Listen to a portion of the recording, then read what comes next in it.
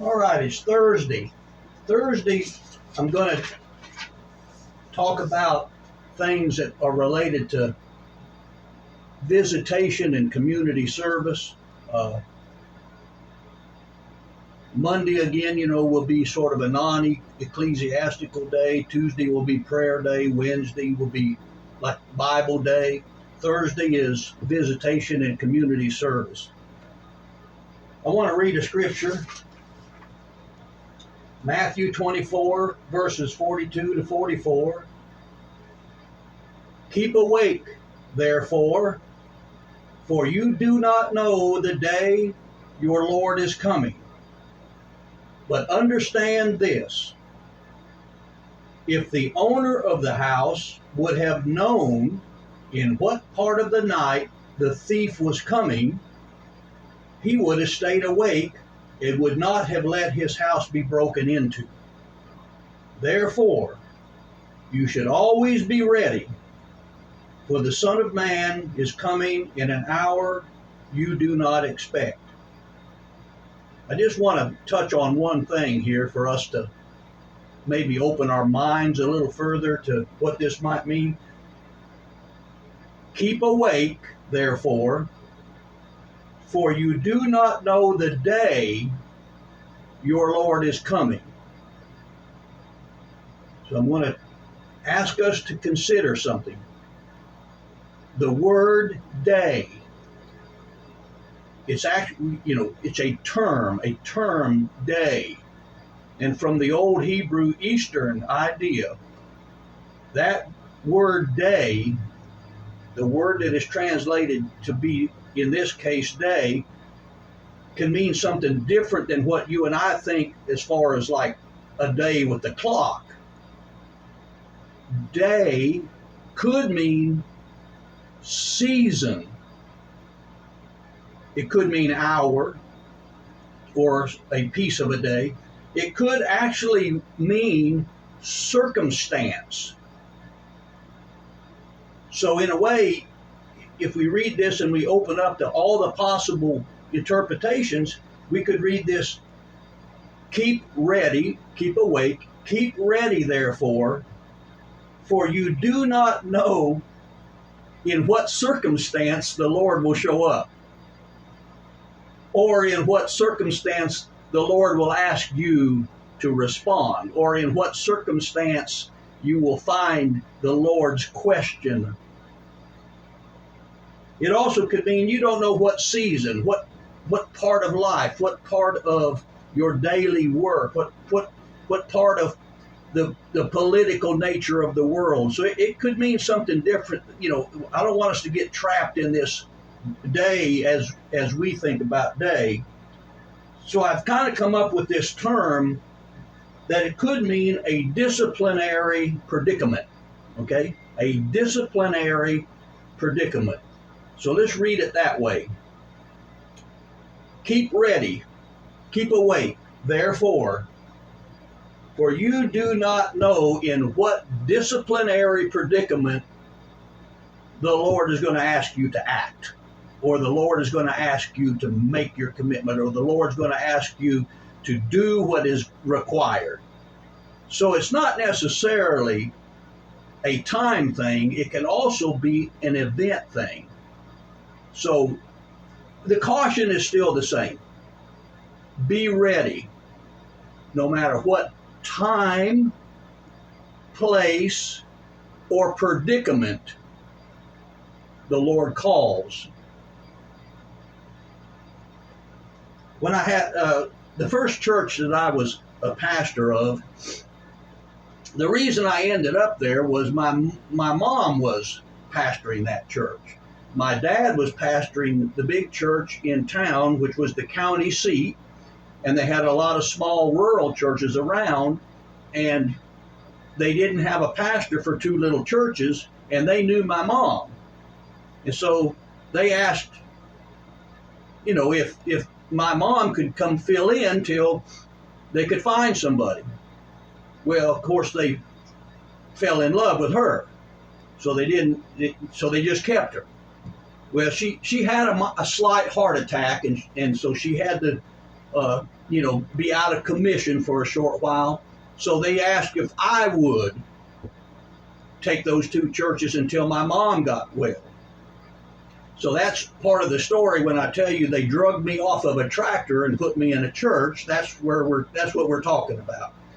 So anyway, I'm serving these two churches, and as part of what we did was we would go to the nursing home and we would visit everybody from not only just the two rural churches I had, but anybody from any of the churches in the area that we knew. And we would go to the nursing homes on a regular basis, and we would and visit. Well, once a month I would go, and they would bring all the residents into the activity room, and I would have a short worship service with them, and I would play the guitar and sing with them, and we'd have a good time. Well, I go on my day to have the little service and play the guitar for them, and the staff tells me, said, "We can't do that today, we're too busy." And I said, well, what are you doing? And said, "Well, we have an inspection coming up tomorrow." Well, the first thing that pops into my mind is, aren't you supposed to be ready for that all the time? I mean, I don't know why that just jumped into my mind was, well, what do you have to do out of the ordinary to get ready for an inspection? Aren't you supposed to be operating at that level all the time? So anyway, I remembered that. And then, it's kind of interesting, too, if you read in the paper, they talk about the inspections at restaurants. But if I'm not mistaken, they actually announce when they're going to come to the restaurant. So so if you announce ahead of time you're coming to the restaurant to do an inspection, well, then I guess they just get everything ready for the inspection. But again, aren't you supposed to be doing everything all the time that's ready for the inspection? Because, what if you didn't know when the inspections were going to come? I worked at a shipyard, and early on, a long time ago. And ever so often, we'd all have to quit working on the barges and the boats and whatever. We'd have to quit, and we'd have to go put up guardrails and get out all the safety equipment and go cover up things that were sharp. And because an inspector was coming the next day. And it did finally dawn on me, said, well, I guess we should be doing that all the time instead of only when the inspector is going to come. So I guess I use that as to try to give you an example of, we really should be doing what we need to do all the time. And therefore, since we don't really know when Jesus is going to come back, we need to be ready. And actually, it's not just when he'll come back. It's also, we do not know when he is going to ask us to rise to an occasion. That word day is pretty broad. We don't really know at what occasion our Lord is going to say, it's time to act. I need you today. I need you now. Let me tell you a story. I worked on a farm, and I wanted to buy some pigs and buy some small pigs and feed them out and then sell them. I wanted to buy a drum set. So I said, well, you know what I could do to make extra money? I could buy some pigs and I could feed them out, and then I could sell them and buy my drum set. So the man in our area that had the best pigs was named Lester. Lester was a big, tall, skinny guy. But one thing I remembered about him was his shoulders were like 4 feet wide. Even though he wasn't big and heavy, it's like when he would turn sideways, he would look normal, but when he would look at you, he looked huge. Well, he had the best pigs. If you wanted good pigs, and you wanted pigs that you knew were going to do well, you went to Lester. Well, anyway, Lester sold me 8, they call them weaning pigs. That's pigs that are just off the mother. And then you're going to take them and then you're going to feed them out till they're about 200 pounds, and then you sell them. So he sold me 8 pigs. Well, every time all of us would get together, all the farmers and the workers would all get together on random occasions at the only cafe in the area, he would always ask me about those pigs and ask me how it was going and what they looked like and what I was feeding them and what asked me if I was making sure they had water. Well, part of that was because he didn't want me to do anything with his pigs that would ruin his reputation. Like, he didn't want me to ruin his pigs and then people say, well, that's Lester's pigs. So in a way, when I bought the pigs from him, I actually bought an unwritten code with the pigs, meaning if you buy Lester's pigs, you take care of Lester's pigs so that nothing will go wrong with Lester's pigs. So Lester's reputation as the best pig man would stay intact. So we got to visiting back and forth, and he would tease me about different things. And so anyway, we got to be kind of friends. Well, back to that first church I was serving. I also would go to the hospital on a regular basis and go visit whoever's in the hospital. But in the chaplain's room, there was a chart, a printout every day, and it printed out all the names of the patients in the hospital, and it put like their religious affiliation: Baptist, Methodist, Catholic, Pentecostal, and so you could see that, and because people came from the whole county to that one hospital, so a lot of times the preachers in our town where we were there, that's the county seat, we would actually visit the people from the rest of the county.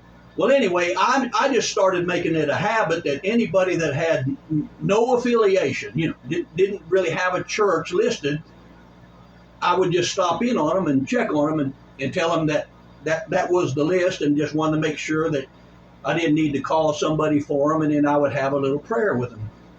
Well, I'm going down the list and I see Lester's name. Now, Lester's not even from our county. He's from 2 counties over. But I recognize that name. And so I first thing I do is I go up to the 4th floor and I go to the room and see if that's the Lester I'm thinking of. And it was Lester.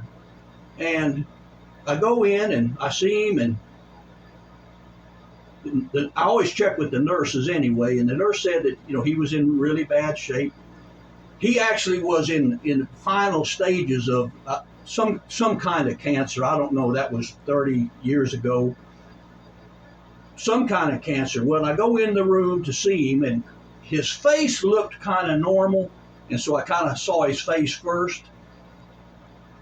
But his legs were uncovered, and his legs were all swole up, and they were green, and his feet were almost purple. I could tell that it wasn't a good situation, and his hands were all puffy, and well, it was obvious from what the nurses had told me and what I was looking at that Lester, being old anyway, was sort of in his last few days. So we visited some. We talked about pigs for a little bit. But then I said to him, probably in a very sort of unprofessional and immature way, since it's my first appointment, my first church, I finally say something to him like, well, Lester, are you ready for the end? And he kind of looked at me a little funny, and I said, well, I said, Lester, I said, it appears that, you're probably going to die. And he said to me, and he called me preacher. He said, preacher, you don't know if you're going to die before me.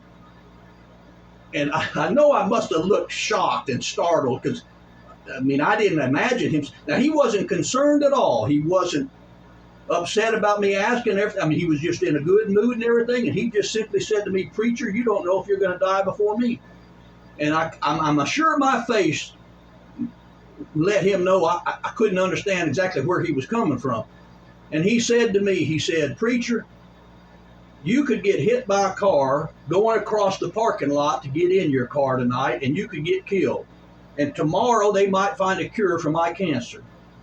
So he said, you don't know if you're going to die before me or if I'm going to die before you. Well, he was in a good mood about it. I mean, he wasn't upset that I had asked and all, and probably was kind of felt sorry for me because I probably didn't exactly know how to do all this. So I told him, I said, well, Lester, I said, I guess that's kind of the preacher's job to ask about that. I said, I guess it goes with the territory.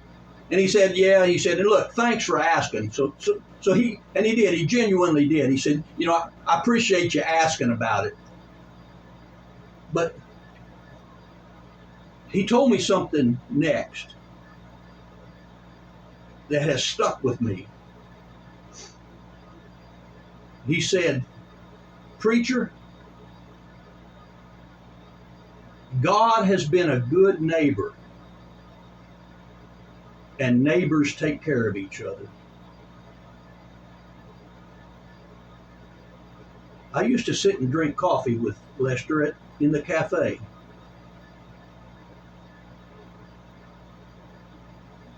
This is to Lester, for the pigs and for the wisdom.